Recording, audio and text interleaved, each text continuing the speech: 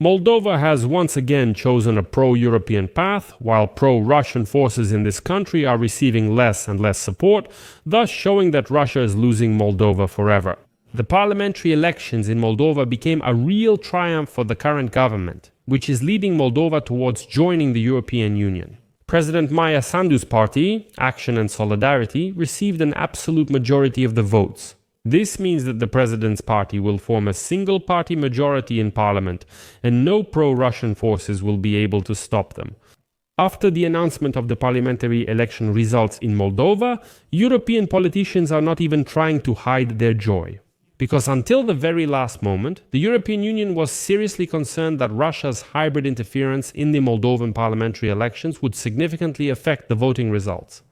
And what, in principle, could turn the country away from this European path. But fortunately, that did not happen. And by the way, the pro-Russian forces in Moldova tried to hold a rally, but it lasted about 15 minutes, gathered a couple of hundred people, and ended quickly. My name is Pechiy. It's September 29 on the calendar. I suggest we discuss the results of the parliamentary elections in Moldova, what it means for Europe, what it means for Ukraine, and first of all, what it means for Moldova. Before we begin, I encourage you to subscribe to this YouTube channel, like the video, and leave any detailed comment under this episode.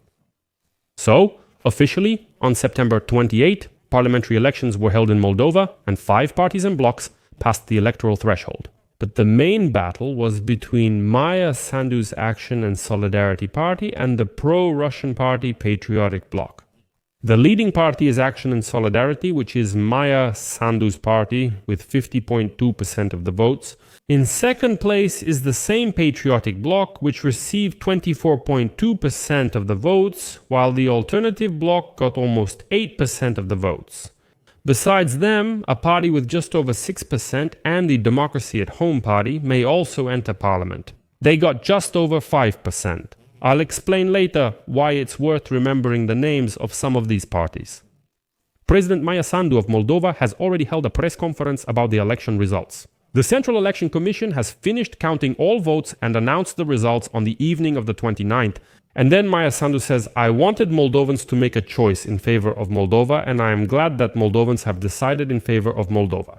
Despite all the interference and the money that Moscow spent, I am glad that our European path is safe. The future government is obliged to work with the same care for every citizen, regardless of how they voted. Let me also note that 101 deputies are elected to Moldova's parliament. The September 28 elections were the first under the new electoral code. Almost 2,000 polling stations were opened in the country and about 300 more abroad. Russia tried to influence the voting process by supporting, of course, political forces controlled by the Kremlin. There were numerous reports of alleged bomb threats at polling stations abroad to disrupt the voting, but in the end, none of this worked. On the eve of the vote, there were still several intrigues that could have significantly influenced the election results. Well, the main intrigue was how many votes the party of President Maia Sandu would get, Action and Solidarity, or as it's called, Party of Action and Solidarity, and whether it would be able to form a single-party majority again. This political force was competing for first place with the pro-Russian Patriotic Bloc. In the end, Maia Sandu's party's result exceeded all expectations. The party outperformed the Patriotic Bloc, getting a little more than twice as many votes as Sandu's party. There will also be a bonus from the 3 parties that did not make it into parliament. She'll form a single-party majority on her own, much like the previous convocation. Given the circumstances, such a result is an unquestionable success for the ruling party. This was achieved by mobilizing their supporters amid fears that pro-Russian forces opposing European integration could regain power. Well, and throughout election day, Maia Sandu addressed the people several times, urging them to come to these elections. In addition, the Moldovan diaspora in Europe traditionally mobilized. Similarly to the presidential elections, it greatly increased votes for Sandu's party. That's at those same 300 overseas polling stations. Well, now Maia Sandu and her party will be able to single-handedly appoint the cabinet of ministers and further determine the course Moldova will take. Pro-Russian forces will have virtually no influence on the country's politics. Well, except perhaps for rallies and some provocations. and the other intrigue concerned the pro-Russian camp. It remained unclear until the end which political forces would enter parliament and whether they could form a coalition against the president. Well, at least two of them were on the verge of overcoming the electoral threshold. The first is this party, Democracy at Home, which advocates for unification with Romania and has ties to the Romanian far-right political force Alliance for the Union of Romanians. An important role in its success was played by campaigning through TikTok, as well as direct calls from their Romanian partners to support the Democracy at Home party. This party got 5.6% of the votes, and the second force on the verge of passing is the Alternative Bloc. And here the alternative is not happening for no reason. There is Alternative for Germany in Germany, there is the Alternative National Movement in Portugal, for example, and so on. So the Alternative Bloc in Moldova, which disguised itself as a pro-European force, but there was evidence of its ties to Russia, although Alternative entered parliament, their result was much worse than expected, receiving under 8% of the votes. So yes, it's actually a pro-Russian force that tries to present itself as pro-European, but it won't be able to have any real influence. At the same time, literally on the eve of the vote, Moldova's Central Election Commission removed another pro-Russian force from the elections. This was the far-right party, Great Moldova. However, it stayed on the ballots. They didn't have time, and at the end of election day, it was announced that all votes cast for Great Moldova were invalid.